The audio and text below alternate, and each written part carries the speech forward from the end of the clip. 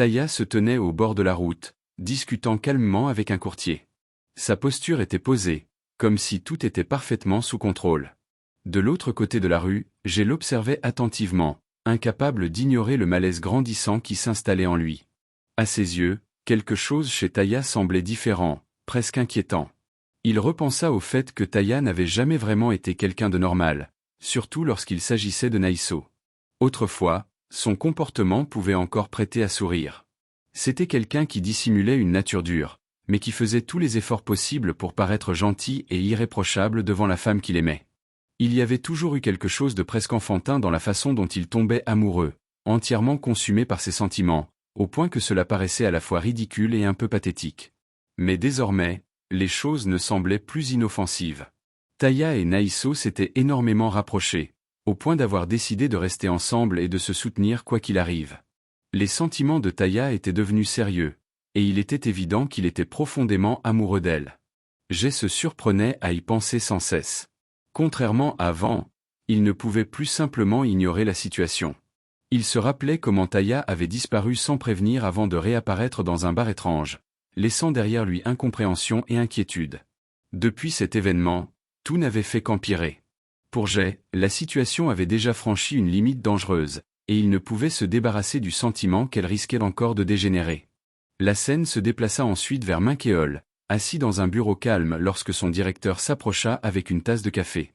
Celui-ci lui parla poliment, exprimant son admiration pour son talent et avouant qu'il était reconnaissant d'avoir quelqu'un comme lui dans leur petite entreprise.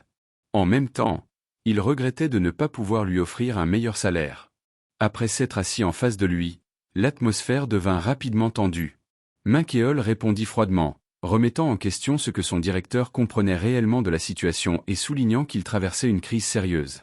Le directeur tenta de s'expliquer. Il évoqua un autre employé, le manager Kim, qui rencontrait lui aussi des difficultés financières mais qui n'avait pas non plus reçu d'avance. Selon lui, donner de l'argent à une seule personne aurait été injuste et impossible à justifier.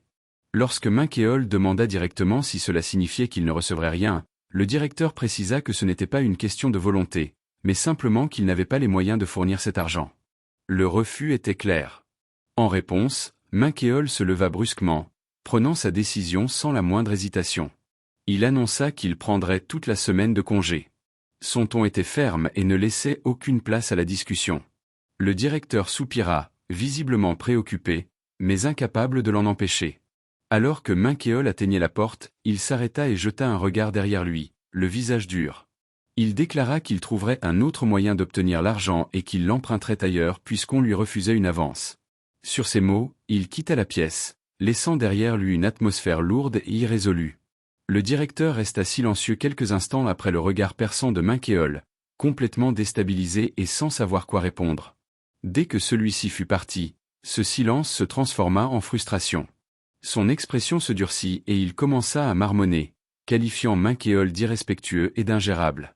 Il avait l'impression que lui avoir accordé trop de liberté n'avait fait qu'aggraver les choses, au point que Minkeol ne manifestait plus le moindre respect envers l'autorité. Pourtant, malgré toute sa colère, il ne pouvait ignorer une réalité. Minkeol apportait à l'entreprise des contrats extrêmement précieux. Il était donc impossible de le licencier. Cela l'irritait encore davantage de voir quelqu'un sans argent afficher une telle fierté. À ses yeux, l'attitude de Minkeol, son manque de discipline et son refus de se soumettre à ses supérieurs faisaient de lui une personne particulièrement difficile à gérer. Malgré tout, il n'avait d'autre choix que de le supporter. Sous la pluie, Minkeol se retrouvait seul lorsqu'un souvenir de Naïso lui revint à l'esprit.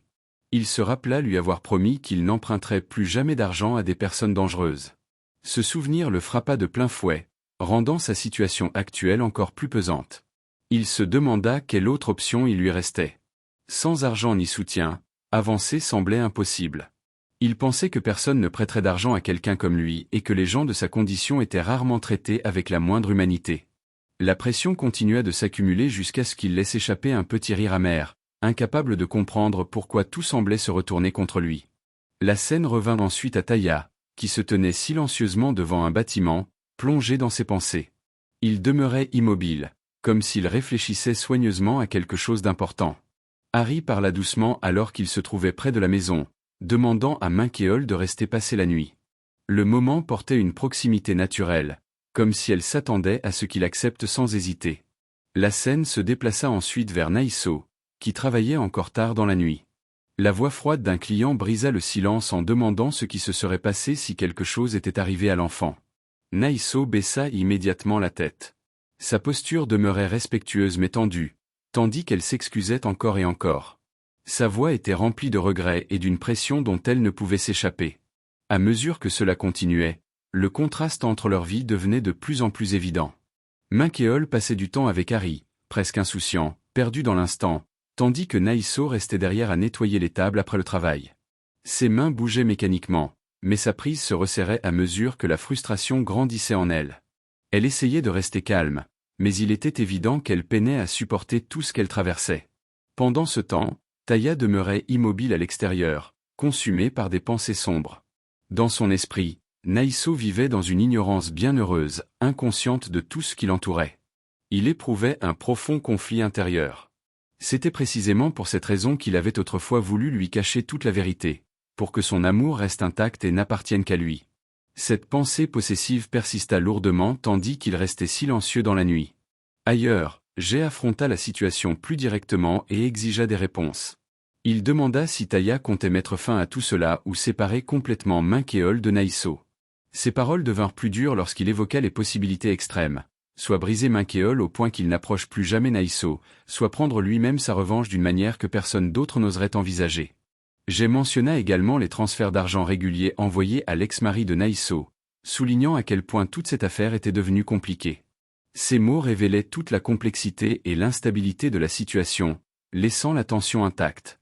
Taya se tenait devant le bâtiment, l'observant en silence, tandis que Jay continuait de parler à ses côtés. Jay lui conseilla de laisser les choses suivre leur cours afin que Michael continue à croire que tout pouvait redevenir comme avant à n'importe quel moment. Il rappela comment Michael avait autrefois considéré Naïso comme quelque chose qui lui appartenait, prenant son amour pour acquis comme s'il était éternel.